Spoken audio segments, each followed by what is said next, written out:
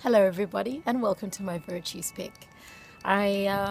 Before I actually sat down and started recording this, I felt like just sitting down and taking a moment to be grateful. I closed my eyes, and I just kind of made a little mental list of all the things that I'm grateful for in my life, and I can already feel there's a shift, that much more joyful. So yeah, I started today with some gratitude. So that in itself is a virtue. So I think that was a really nice start. And I hope that you too are feeling grateful for the things that you have in your life. And I don't mean material things. I'm talking about the things that really make you smile, the things that make you sit back and go, oh, especially if you've experienced the lack of those things and you appreciate them so much more. Reliability is the virtue for this week. Let's see what it says about reliability. Like a beautiful flower, full of color, but without scent, are the fair but fruitless words of him who does not act accordingly.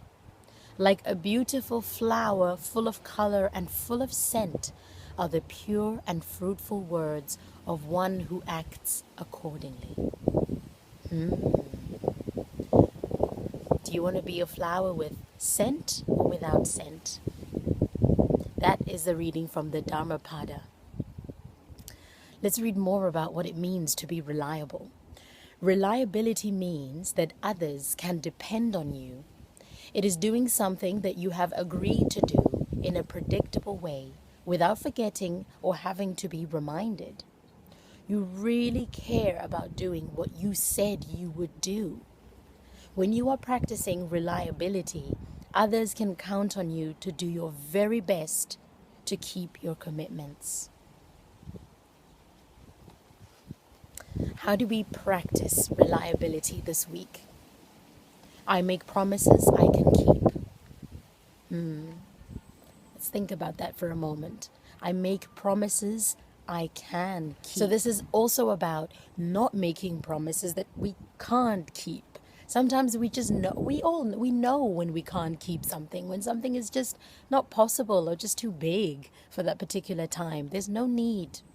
No. We only need to make the promises that we can keep. And we can start small. If we're having trouble with that, let's start small. If we're having trouble with reliability, take it one step at a time. Don't let it overwhelm you. Don't let it make you anxious. We start with one act, one day at a time. I take my agreements seriously. I plan ahead and finish on time. This is a great one. I do my best. I find another way if obstacles occur. Reliability helps me to be worthy of trust. This is really, really awesome. How do we help ourselves to be more reliable? We can make a list. Some people are, they say, oh, I'm just so forgetful. I can't, I'm so sorry, I forgot. And we all make that mistake. We all have those moments when we say, yeah, I know I said I would do it, but I completely forgot. And that's this life is just, it puts a lot on our shoulders. It's funny, I was with a group of friends yesterday, and we've kind of developed this nice village system where there are 3 families, and we help each other to take care of each other's children when we need that childcare help, or any other things that we might need help with for that matter. And it is that whole sort of, it takes a village to raise a child parable.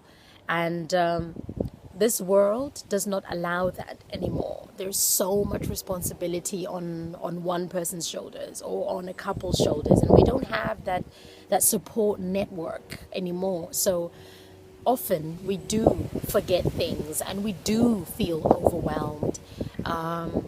So how do we get over it? How do we do this? For us, we've been very lucky. We've had the support. We've formed our own support system. We formed our own village. But maybe we just have to take a step back and let other people help us.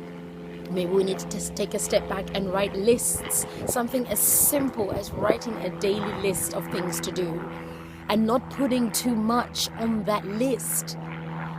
So that you can fulfill the things that you wanted to do. Let's be realistic about the things that we're putting on our to-do lists. Let's be realistic about the things that we promise our children, especially in the day and age where we might not physically be there for our children, but we promise them things. You know what I mean by things. And it's just it's not necessary, like those things, like ice cream. And I read somewhere there was a lady who told her children that when the ice cream truck music plays, it means they've run out of ice cream. Yeah, so anyway, that's going to be my practice for this week. I am going to focus. I'm going to use some purposefulness and focus on the things that I need to do and write lists. And I'm not going to make promises to people that I can't keep.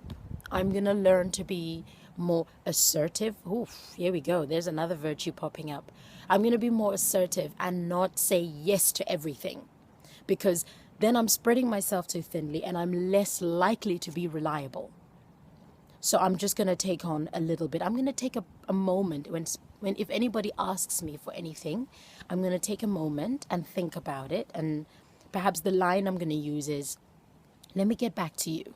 I'll let you know.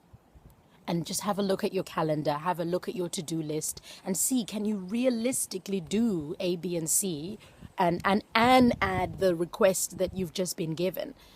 So yeah.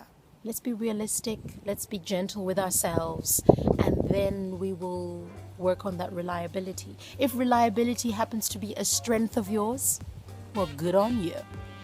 Well done. I hope you inspire others. That's it from me. Have a fantastic, virtuous week, and I'll see you next time.